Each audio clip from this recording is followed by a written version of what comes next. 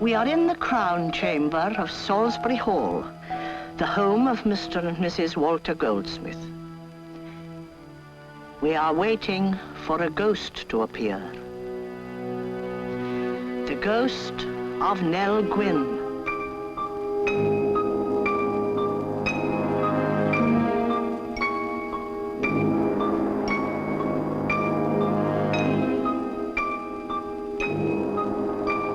Salisbury Hall is one of the smallest of the stately homes of England.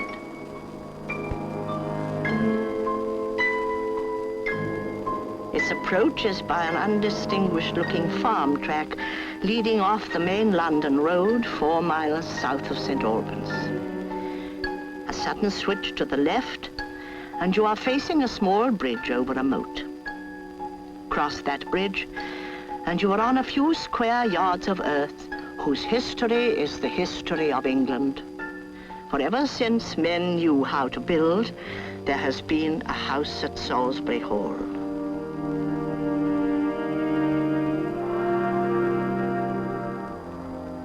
Beneath this floor is hard-beaten earth, which knew the heavy imprint of a Roman soldier's sandal.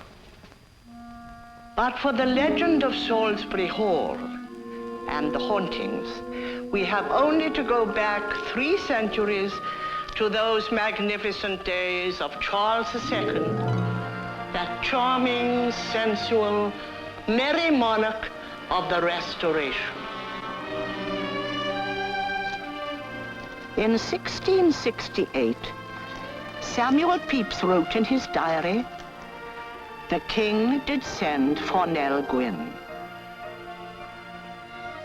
She was 18, a red-headed, impish, witty, loyal gutter snipe who had made her way up from the streets to be an orange seller, to be eventually the best-loved actress and comedian of her day. He was a splendid man in his early 40s. Neither were exactly new to love. The king's mistresses were notorious and legion. And Nellie, well, Nellie came from the poorest streets of London, where life was lived to its fullest and pleasure taken when and where one might.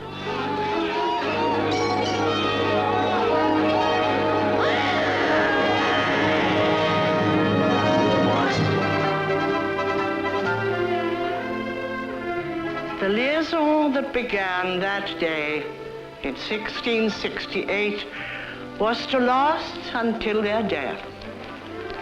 It was here that he brought her, away from the prying eyes and gossiping tongues of the court. In that room upstairs, their first son was born, and the king created him Duke of St. Albans.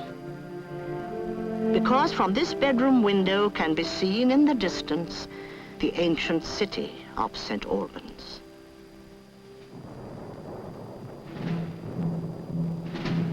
Nellie was only 35 when the king died.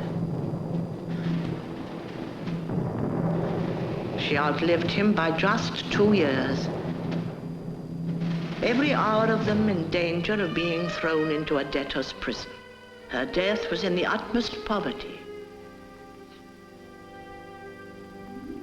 Gather ye rosebuds while ye may. Old time is still a-flying. And this same flower that smiles today, tomorrow will be dying. Yes, this is Nellie's house, where she loved and laughed, and to which she now returns. She now returns. She now returns.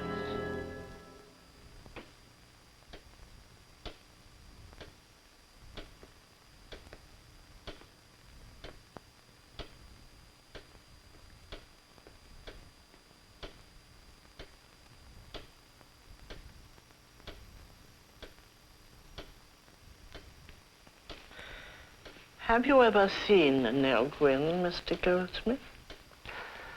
No, I regret very much I haven't actually seen Nell Gwynn.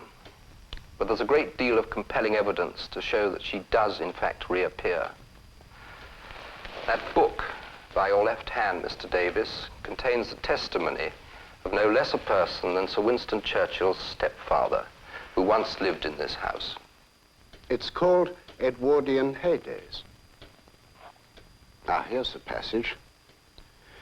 One evening at Salisbury Hall, just as it was getting dusk, I came down the staircase, which leads into the old panelled room that we used as a dining room, and there, standing in a corner, I saw the figure of a youngish and beautiful woman with a blue fichu round her shoulders. She looked intently at me, then turned and disappeared through a door in the passage. I followed her and found nothing. She looked so exactly like a former nursemaid of ours called Ellen Bryan that I felt certain she must have died, and I had witnessed an apparition of her at the moment of her death. I thought no more about the matter until a few weeks later when my sister Daisy came to visit us. As Salisbury Hall had been inhabited by Nell Gwynn, I had a hobby of collecting prints of this lady, and taking up one, Daisy said, "I never realized before the truth of what people used to say about Ellen Bryan, how she was exactly like the pictures of Nell Gwynn."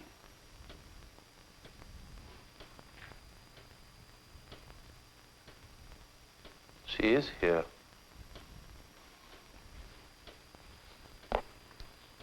She's very definitely here. Is she here?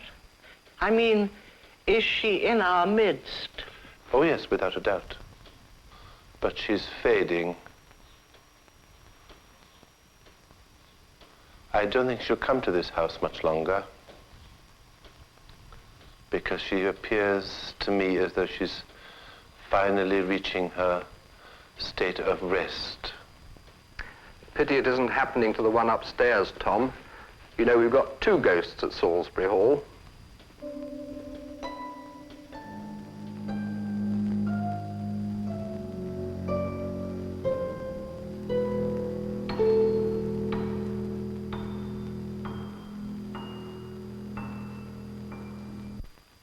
But you have got the ghost of a man here. He passed out of this life, I would say, through rather tragic circumstances. We know all about this one. I'd better give you a bit of the background history first. During the Civil War, this was a royalist stronghold, and the whole house was honeycombed with secret hiding places and so on for hiding arms. And during some engagement in the district, some cavalier fled here and hid in one of these numerous hiding places, and he was awfully afraid he was going to give away secrets, so he committed suicide. Now, Mrs. Goldsmith has had distinct manifestations of this person. Yes, it happened to me in that bedroom through there. One night when I had a rather heavy cold and I went to sleep in that room, I was awakened at about 1 o'clock in the morning, I suppose, by the sound of footsteps passing the door in the corridor outside. I switched on my bed lamp and I expected him to come and see how I was. But the footsteps never returned.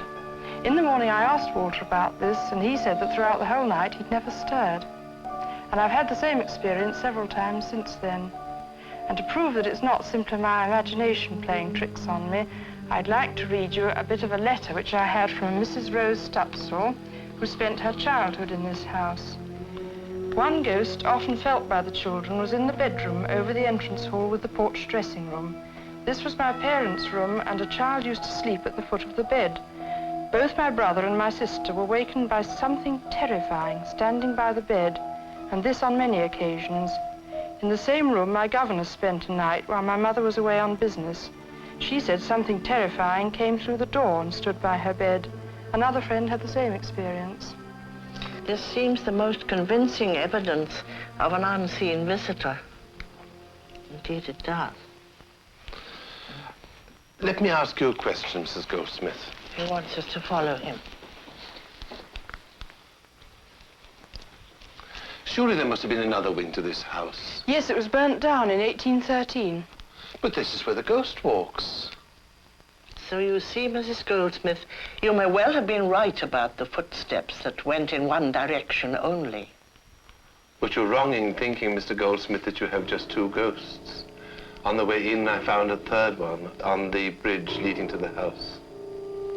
More than two.